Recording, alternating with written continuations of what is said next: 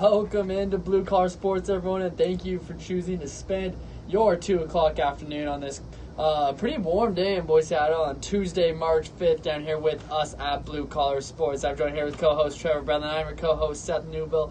We are a sports show that runs every Tuesday and Thursday from 2 to 4 o'clock in the afternoon. This is our 105th show ever, so making our way up there. But we got a great one for you today. Lots going on inside the NBA. We are getting down to the wire in the NBA season. There's a lot to talk about, that's for sure. So one of the people and teams we'll be talking about is one of those teams right there on that jersey. So definitely going to talk about that. But NFL Combine was this weekend. We'll cover a lot of that as well. Some MLB, some college basketball. We got a great show for you today. Yeah, a lot of great stuff to get to today. Last Thursday was a great show. A lot of breaking news went down. Jason Witten headed back to the NFL. Bryce Harper finally signing a deal with the Phillies. And then a lot went over this whole weekend. The NFL Combine. A lot of drama in the NBA. So a lot to get to today. And we're going to kick it off with the NBA and the dysfunction going around with a couple teams. Yeah, that's right. Let's start with that Los Angeles Lakers that's written on your shirt right there.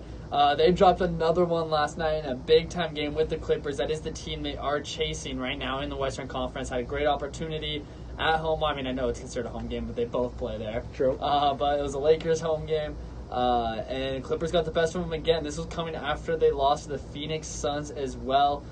I'm going to let you talk first because I got a lot to say about this, but we talked about it last week with the Lakers, and we both still predicted them to make the playoffs. You have to get the panic meter at 7 last Tuesday. I believe that was Tuesday. Okay, we talked is about that a 7? So it was a week ago. But now a week later, they've dropped 2 more games since then, or maybe even 3 games since then. They've dropped their last 3. So it could have been 3 games since then. They are now sitting 5.5 games outside of the 8th spot with about 18, 17 games left to play.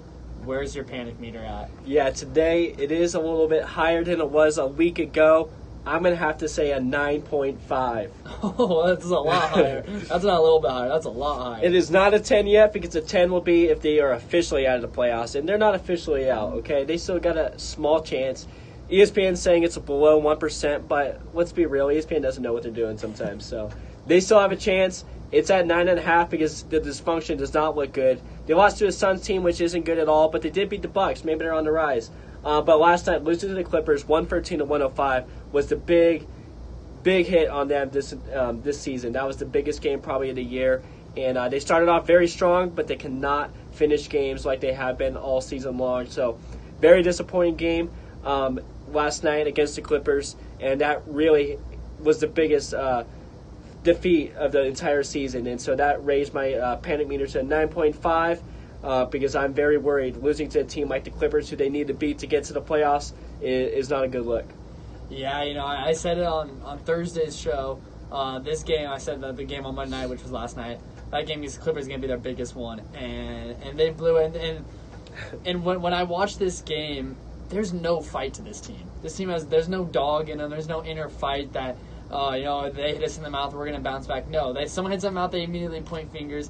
They blame us. The Clippers, I will say, were the worst possible team for them to run into right now because they are the exact opposite of the Clippers. We heard Zubac, the guy that was traded at the trade deadline from the Lakers to the Clippers, talk about it after they blew out. I can't remember who the Clippers blew out. They blew out somebody, but he said the Clippers don't have or the Lakers didn't have nights like this where everyone's playing together, where everyone's having fun. He said the Lakers didn't have that. And now he's on the Clippers, and the Clippers are the exact opposite. They don't have any superstars there. You can't look at that roster and tell me. They traded away their one star at the deadline in Tobias Harris, so they got no stars there. Their leading scorer now is Danilo Gallinari. The guy's been in the league for a long time. No, don't disrespect Gallinari. He's a great player. He's battled injuries. He's a veteran. But they have that fight. They have that toughness. They got Shai Gilgeous-Alexander's playing great basketball. Yeah. He's trying to make a name for himself. Patrick Beverley is the Clippers team. I will say that this team runs through Patrick Beverley, and that showed last night. He came to play last night. I know LeBron still had a good stat line game, but they don't have the fight this Clippers team do. Lou Williams came off the bench. He could score well. And Zubac now down low, and Montrezl Harrell. They have nice players, but you cannot tell me this Clippers team on paper is better than the Lakers roster, but they have fight, and they have a dog in them, and that's why they're going to get in. I don't see the Lakers making the playoffs. So I know you're not the biggest Laker fan, but what would your biggest LeBron fan. What would your panic meter be at if mine's a 9.5? I mean, I think. Are you a 10? if I'm a Laker fan right now, I'm just chilling. I'm not even going to worry about the rest of the season. It's over. It is over. They have no stress now. Just look ahead to offseason. We're going to talk about that later on in today's show, what to expect with this offseason. But if I'm the Lakers fan, my panic meter is gone now. There's nothing to panic about. It's over. Your season's done. I don't see them making the play. And it shocks me to say that. We've seen LeBron James in 8 straight finals, and now we're not going to see him in the playoffs. I'm going to talk about his legacy here in a second.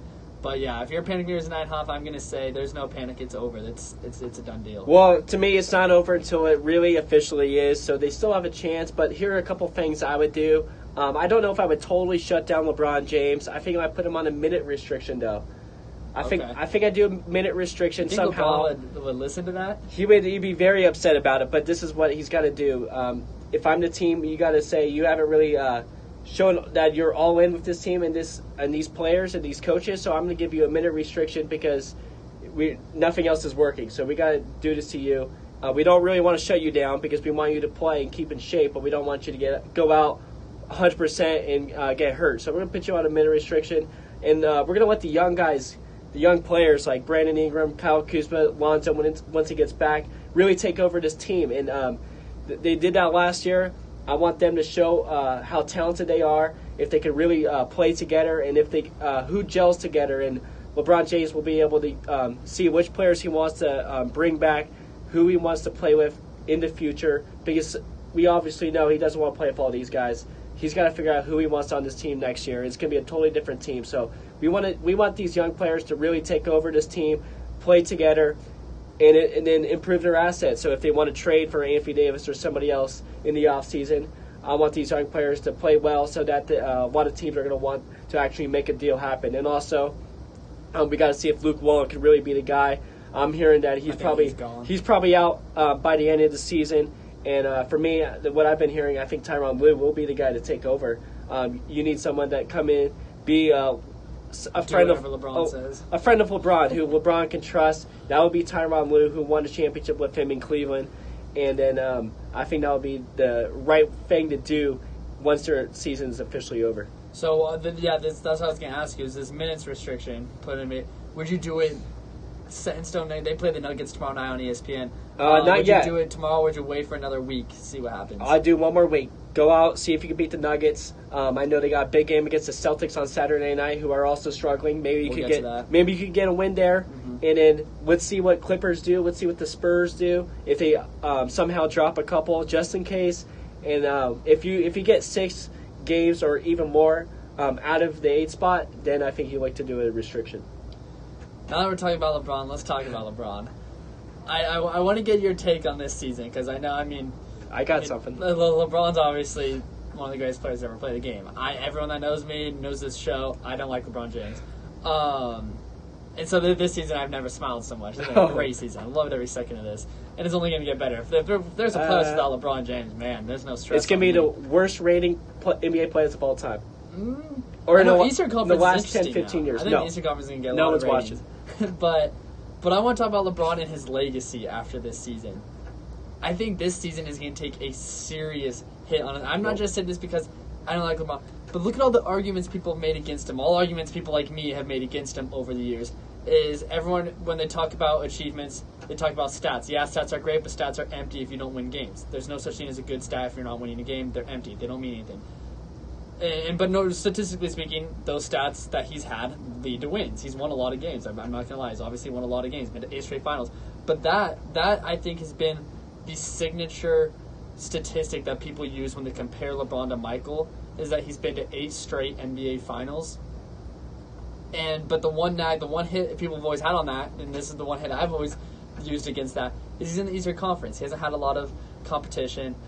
He hasn't run into a lot of big-time powerhouse teams in those journeys to the NBA Finals. I mean, last year, the Celtics, good team, but that's not a championship team last year. They were young. They were without their best player. The Pacers teams in the past, when he was in Miami with Paul George, those are good teams, but I wouldn't consider that a championship team. The Raptors, teams like that, he's never really run into true championship teams. And so now he gets his opportunity to prove that wrong by going to the Western Conference. I know it's his first season, but to not even make the playoffs, it makes that argument been out half the year. Way more reasonable. And I know they've, in general, have had a lot of injuries. Before that, Lonzo's been fourth hurt. seed. Ingram's been hurt. Kuz went down last night with an injury. LeBron was injured for quite some time.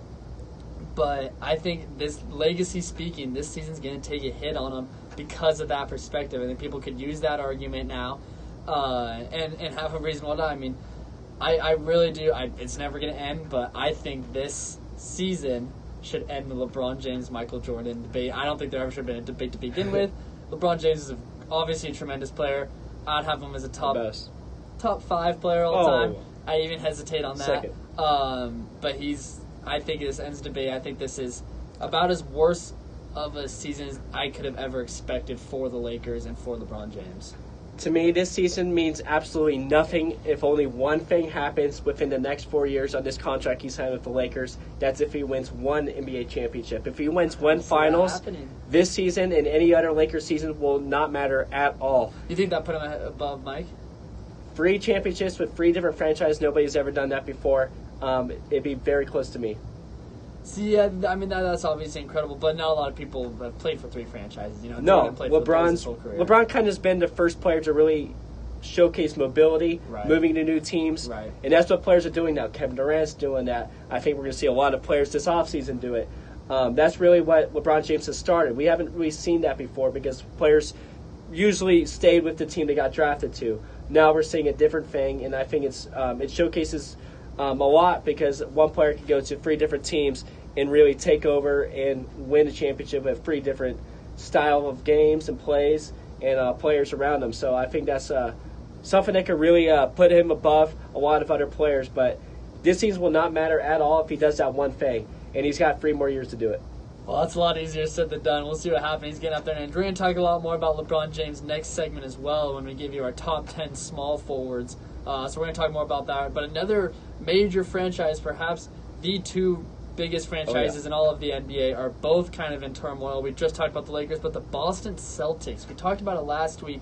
We still both saw them as favorites in the Eastern Conference. I'm going to ask you about that here in a sec. But the Celtics have now dropped 7 out of their last 10. They've lost just 1 in a row. They beat Washington, but they've won 1 game since the All-Star break. They won 2 games in the whole month of February. Danny Ainge said it's the longest month of his life, and February is the shortest month of the year. But they won 2 games through that entire month. They had a great opportunity Saturday night. I believe that was a Saturday game, wasn't it? Or was it Sunday? Might have been Sunday. Could have been Sunday. I think it actually was Sunday. But they played Houston. Houston beat them. They get Golden State tonight. They get the Lakers on Saturday, so it's not getting easier for them. Kyrie's a free agent. What's going on in Boston? A lot of what's going on in LA land. A lot of guys don't really feel the energy playing together. And I don't know exactly what it is because they haven't been able to pinpoint that one thing. Kyrie's been talking about the media getting to him. Yeah. Even if he's saying it's not, it really is hurting him and his team together. I think, they got a lot to figure out here. A lot of players really need to get more minutes, I think. Jason Tatum needs more time. Gordon Hayward, I think, is playing a little bit too much. Terry Rozier needs to be in the lineup more, bringing that energy because we know he will. And Kyrie Irving just hasn't really been the leader that a lot of people thought he was. And this team they hit a top last year in the playoffs, and we all expected them to be that team last year, but they just haven't really done that. And maybe it's because we didn't realize they're not as good as we thought they were. Yeah. I think that's really what it is right now. We know they're still very young, and we don't know what players really need to take over yet. Because I still think Jason Tatum's going to be their guy, but he really hasn't showcased that. And they really haven't believed in that. They're all playing ISO ball. They're not moving the ball at all. And that's not what Brad Stevens is about. Absolutely not. So their chemistry is not working too well right now. But what can change that is winning. And if they can beat a great Golden State Warriors team, obviously will help. The Lakers on Saturday night, Kyrie versus LeBron, that could change things as well. So that's what the Celtics just need to keep doing, competing in games. They need to up the energy and stay in these games. And if they could start winning, then it's going to turn the chemistry back around. Yeah, it's interesting. I'm kind of disappointed I didn't really see this coming because it makes sense when you go on a run like they did last year where they had no expectations, and when Kyrie went down, everyone said they're going to lose. I thought they were going to lose round 1 to the Bucks. I thought that too, yeah. I thought the Bucks took them to 7. I thought the Bucks were going to beat them. They beat the Bucks. I'm like, okay, well, now they get Philadelphia. They're going to lose that. Roll through Philadelphia and then take Cleveland to 7. But to do that without your star player and then just to assume you're going to throw him back into the mix and have him be the leader of the team, that's tough because every little thing he does wrong, people that are behind him, guys like Terry Rozier, who went on that run, are going to point fingers and say, well, this wasn't happening when we were going to 7. This is his fault and all that. So I think I understand from a chemistry standpoint it's going to be tough. But we're 60, 65 games into the season now. This shouldn't be an issue. Yeah. And it does worry me. I don't like to buy too much into the regular season, especially when it gets close to playoff time, because regular season basketball is completely different than playoff basketball. But I don't think I see them as favorites in the East. If I had to put money on it right now, I think I would take Toronto to make it to the NBA Finals. Really? But do you still have Boston?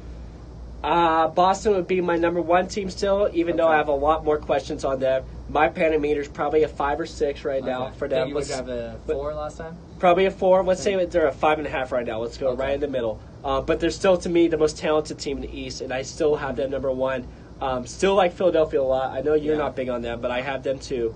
And then Toronto, and then Milwaukee, 3 and 4. Yeah, Milwaukee at 4. I do. I trust Toronto a little bit more because I know Kawhi's been there before. He's a leader. He knows how to get the job done. And Milwaukee's still a great team. I think any of 4 of those teams could possibly get to the NBA Finals because I think the East is obviously wider than it's ever been because of one guy's out of there now.